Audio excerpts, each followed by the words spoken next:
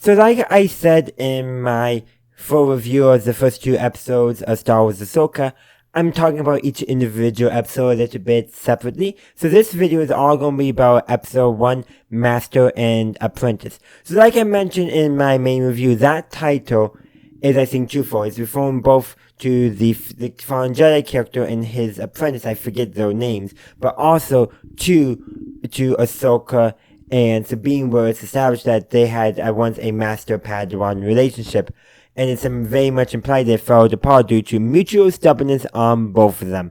Doesn't make some sense.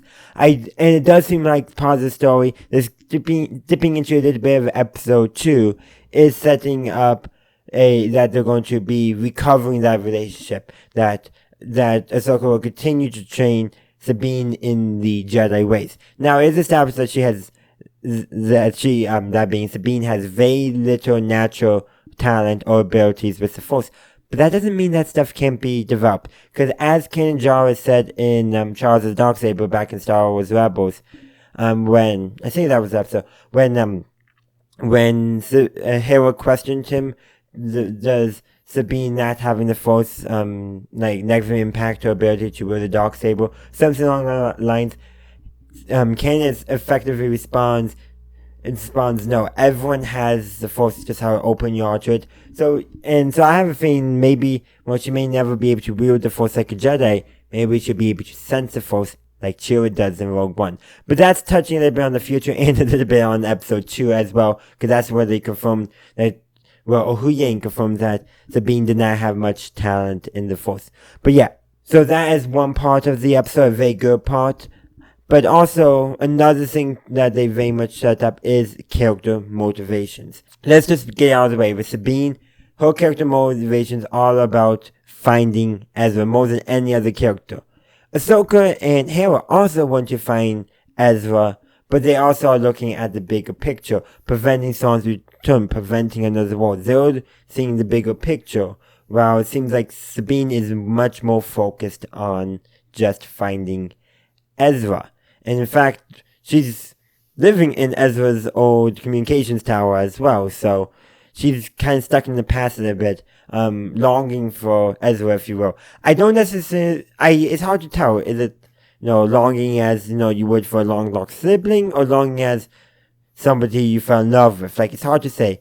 Definitely, sure, there's a line with a hologram recording of Ezra that confirmed that he, at least at the time that was recorded, he saw it as a sibling relationship between them, even though he did try to flirt with her in the first season of Rebels, but that ended pretty quickly as he matured.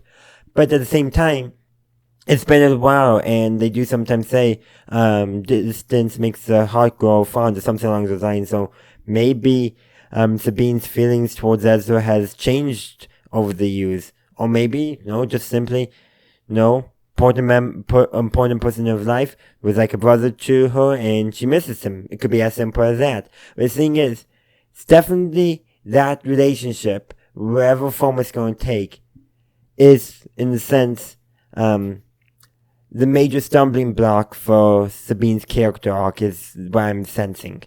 But like I said, another thing to notice about Sabine's character setup as well, her Mandalorian armor is tucked off to the side as well.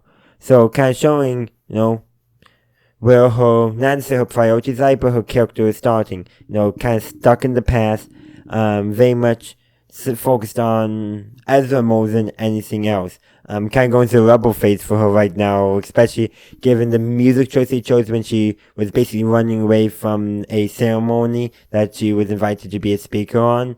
And of course, sure, the E-Wing pilots do that to get away. They do try to stop her, but they're like, okay, you good. Okay, yeah, we tried our best. Goodbye. Like they tried, but it was more like, hey, you kind of expected, but they didn't do much to stop her. Probably because they knew she didn't want to be there. There was nothing they could do, so they just did their best. So that was a fun little scene there. But like I said, character motivations, the antagonist motivations are also established. Which for Morgan Elsbeth, I forget that's the character's name or the actor, but she is very much finding Thrawn, I think.